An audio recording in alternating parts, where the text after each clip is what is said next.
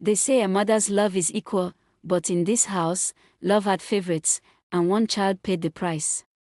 In a quiet street in Suraleh, everyone knew Mama Sod. Not because she was kind. Not because she was rich. But because her home was always loud, full of children, arguments, and secrets.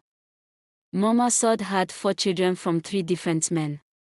Her first child, Busy, came when she was very young. No husband, no support, just struggle. That child, she never truly accepted. Then came Tond, from a man who promised marriage but disappeared the moment she got pregnant. After that, she finally married, twice more. Her last marriage gave her 2 children, Kemi and Jide. These 2 were her pride. Her joy. Her real children. People in the street used to say Mama Sod had many children, but only one carried all her pain. That child was Busy. Busy was not just the first child. She was the mistake Mama Sod never forgave. Different father. Different beginning. Different treatment. From childhood, Busy already knew this life would not be soft for her. At just 5 years old, while other children were learning how to read the A, B, C, Mama Sod carried Busy to another woman's house. "Help me train her," she said. But everybody knew the truth. Busy was not being trained. She was being used as a housemaid. Her father, who had traveled to the UK, used to send money. "Make sure she goes to school," he would say over the phone. But that money never reached Busy. Mama Sod used it. Clothes. Food. Small enjoyment. While Busy washed plates, scrubbed floors, and watched other children go to school. Years passed. No proper education. No real guidance. No motherly love. Just survival. So when Busy finally grew into a young woman, she entered marriage the only way she knew how, blindly. The first marriage looked promising. But behind closed doors, it was hell. The man beat her. Slapped her. Dragged her. Treated her like she was nothing. Busy ran back to her mother one day, crying, body bruised. "Mama, I can't stay there, he will kill me." Mama Sod looked at her, cold. "Go back. That is your husband's house. Endure." No advice. No comfort. No protection. Just silence. That marriage ended, but not with peace. She had a child, but the child remained with the father. Busy walked away, empty-handed. The second marriage came quickly. This time, the man seemed caring. Too caring. What Busy didn't know was that the man already had a wife. And somehow, Mama Sod found out. Instead of guiding her daughter quietly, she went straight to the man's first wife. Everything scattered in one day. Insults. Drama. Shame. That marriage ended before it even started. And again, Busy lost everything. Even the second child stayed with the father. Now she had 2 children, but none with her. No stable home. No direction. No mother to teach her how to build a family. Men started avoiding her. She has 2 children already. She doesn't know how to stay in a home. The same lessons nobody taught her were now being used to judge her. Then one day, something almost changed her life. A man came. Serious. Calm. Ready for marriage. They did introduction. Everything was going well. For the first time, Busy felt hope. Then suddenly, the man disappeared. No fight. No warning. No explanation. Just silence. Till today. Nobody knows what Mama Sod told that man. But whatever it was, ended everything. Busy didn't even cry loudly that time. She just sat down and said quietly, "God, is it my mother or my life?" At home, it was always war. Whenever her father called from the UK, it would turn into blame. "Why didn't you take care of her?" he would ask. Mama Sod would fire back. "You left everything for me." Back and forth. Noise. Accusations. But no solution ever came. No real help. At some point, Busy understood something. If she stayed, she would finish. So when an opportunity came to travel to Cairo, Egypt for a housemaid job, she took it. No hesitation. No looking back. But even there, life did not welcome her immediately. The first job, she was sent away. Too slow, they said. Second job, she couldn't meet up. Again, she lost it.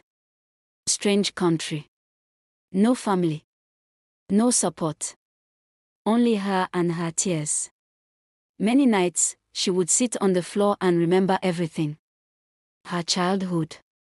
Her marriages. Her children she couldn't keep. And the mother who never stood for her. But something inside her refused to die. That same small strength that carried her through childhood rose again. The third job came. This time, Busy stayed quiet, observed, learned. She adjusted. She endured. She grew. Slowly, things started changing. Not magically. Not suddenly.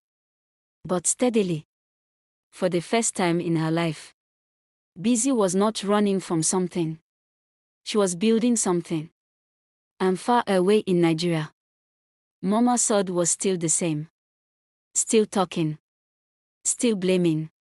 Still not understanding. That sometimes, the damage we do as parents does not show immediately. It follows the child into adulthood. Into marriage. Into life. Some mothers don't raise children. They raise wounds. And some children spend their whole lives healing from a love they never received. Busy thought the worst was over. She was wrong. After struggling in Cairo and managing to save a little money, she made a decision. I'm going back to Nigeria for my sons. Not for her mother. Not for anybody else. For her children. But the moment she stepped back into that environment, it was hell. From both sides. Her mother still had nothing to give, no love, no support, no change. Her father, from abroad, sent her money. Rent your own place. Start your life again. And she did. For the first time, Busy had her own space. Her own peace. Or at least, she thought so. One day, her mother called. "Busy, I want to see you." That voice still felt like hope. So Busy agreed. But her mother didn't come alone. She came with her 2 grown children and their bags. To stay. Busy was angry. Deeply angry. But she said nothing.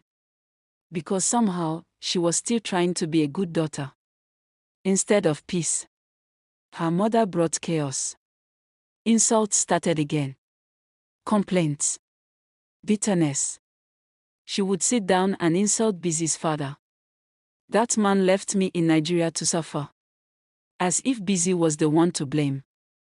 But the worst part was what they were doing behind her back. Anytime Busy stepped out to visit people, to try and reconnect with her children, to fix her life, her mother and siblings would go to neighbors, spreading stories, twisting truth, saying all kinds of things about her. Busy is not a good woman. She cannot keep a home. That's why men leave her. The same lies that had followed her all her life. But this time, something was different.